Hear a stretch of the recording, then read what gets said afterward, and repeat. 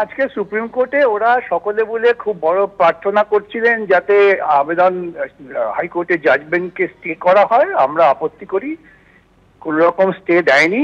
শেষ পর্যন্ত অনেক আকুতি মিনতিতে যে নির্বাচনের মুখে আমাদের মন্ত্রীরা গ্রেপ্তার হয়ে যেতে পারেন এই আশঙ্কা প্রকাশ করাতে তখন বিচারপতি বলেছেন যে সিবিআই কোনো পদক্ষেপ নেবে না। হি হ্যাড নো প্রেসিপিটেটিভ অ্যাকশন, তদন্ত স্টে করেননি, বলেছেন নো প্রেসিপিটেটিভ অ্যাকশন, তার মানে তদন্তের পরিণতিতে যদি কোনো কঠোর ব্যবস্থা কিছু দেওয়া যাবে না, এইটুকুই, আর কিছু হয়নি। সোমবার দিন আবার শুনানি হবে।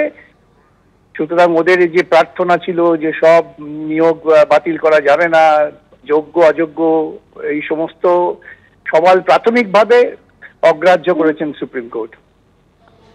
তার মানে বিকাশ দা, রাজ্য এসএসসি বা পর্ষদের তরফ থেকে যে যুক্তিকে সামনে আনা হচ্ছিল যে অবৈধদের জন্য পুরো প্যানেলকে কেন বাতিল করে দেওয়া হবে, তার মানে কলকাতা হাইকোর্টের বিশেষ বেঞ্চের রায় তার মানে সর্বোচ্চ আদালত আজকে বহাল রাখলো।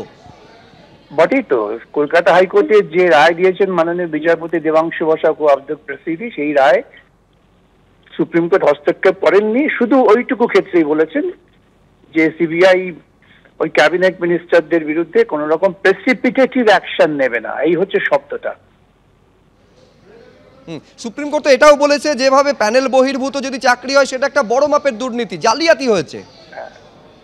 সিজিআই তিনি মন্তব্য করেছেন শুনানির সময় যে এটা হয় না। আমরা যখন বললাম এটা ব্যাপক স্ক্যাম এবং ওএমআর শিটটি নেই, তখন তিনি বললেন ওএমআর শিটটি না থাকে তাহলে তো মুশকিল।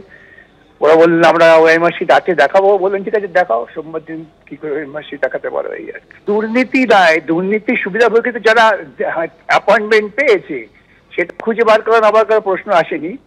ওরা চেয়েছিল যে দুর্নীতিতে সকলে করেনি, কিছু কিছু লোক সুনীতি করেছেন, আদার সুপ্রিম কোর্ট সেই আবেদনকে অগ্রাহ্য করেছেন, বলেছেন এত বড় এইরকম একটা ঘোটালার ক্ষেত্রে ভালো মন্দ এইভাবে বিচার করা যায় না। স্কুল সার্ভিস কমিশন কলকাতা হাইকোর্টে ডিভিশন বেঞ্চে বারবার করে এই সেগ্রিগেশন থেকে এড়িয়ে গেছে। যদি সত্যিকারের সেগ্রিগেশন করতে পারে তাহলে কিছু জেনুইন ক্যান্ডিডেট বাঁচবে।